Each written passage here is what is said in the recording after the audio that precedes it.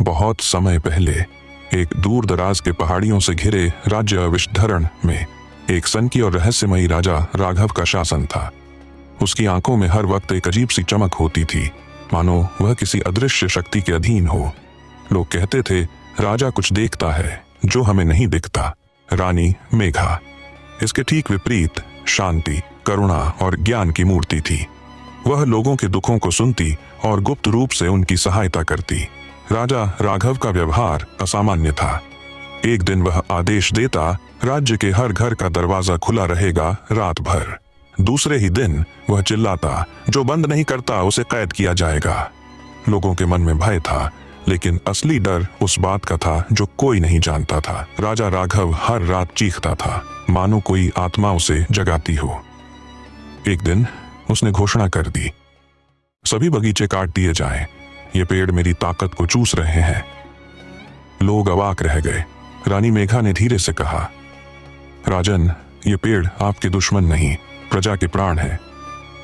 राजा की आंखें लाल हो उठी। तुम नहीं समझोगी, इन बगीचों में कुछ है जो मुझसे बातें करता है।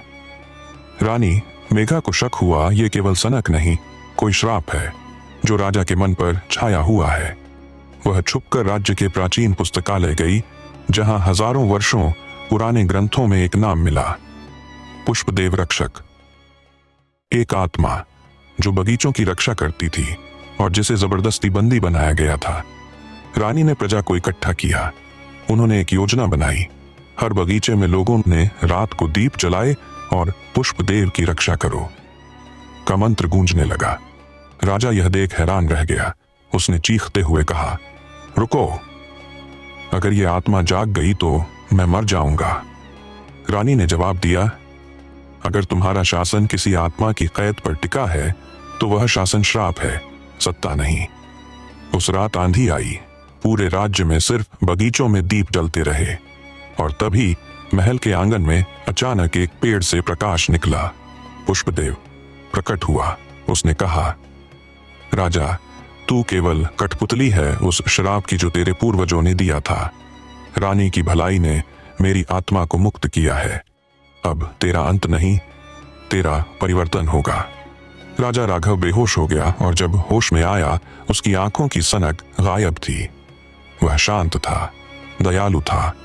उसने जनता के सामने कहा, आज से मेरी सत्ता का हर निर्णय रानी मेघा की सलाह से होगा और पुष्पदेव की आत्मा हमारे राज्य की रक्षा करेगी।